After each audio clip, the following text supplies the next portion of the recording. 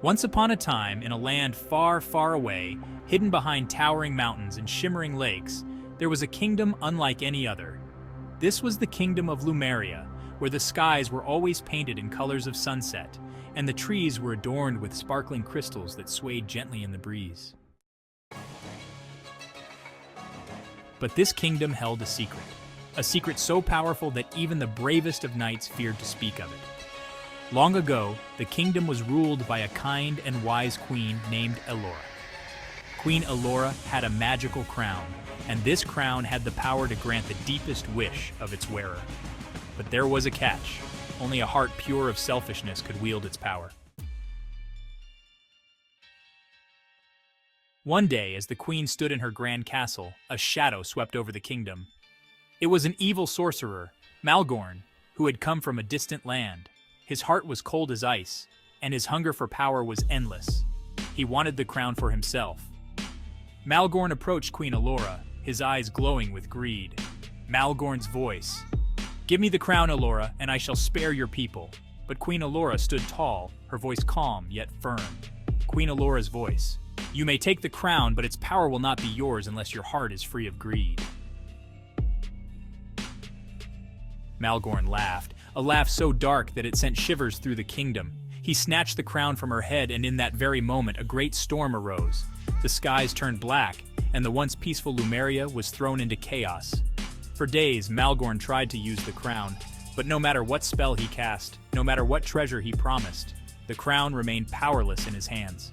His anger grew, and in a final act of rage, he cast the crown into the deepest part of the dark forest, where no light could touch it. And with that, the kingdom of Lumaria was lost, hidden from the world by a thick veil of shadows.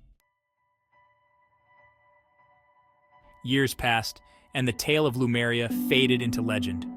Many believed it was just a myth, a story told to children at bedtime.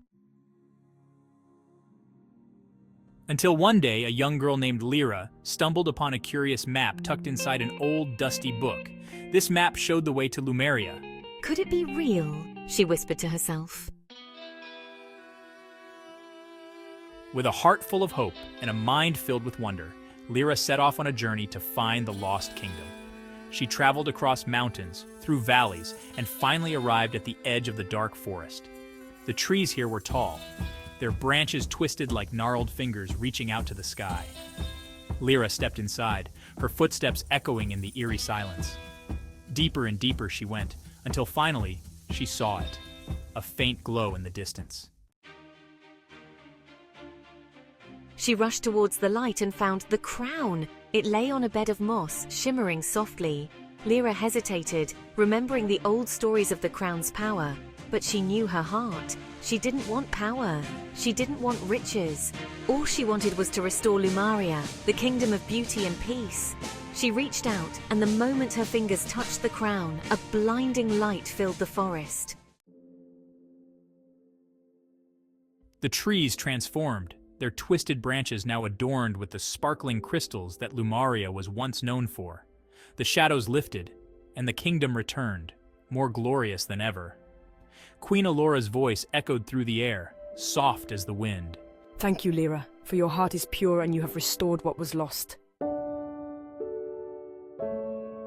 And so the kingdom of Lumaria was returned to the world, not by force or magic, but by the kindness and courage of a single girl with a pure heart. And from that day forward, Lumaria thrived once more, its beauty a reminder that the greatest power of all comes from within. The end. Sometimes the most powerful thing we can do is to be kind and true to ourselves, for it is in those moments that we find the magic to change the world.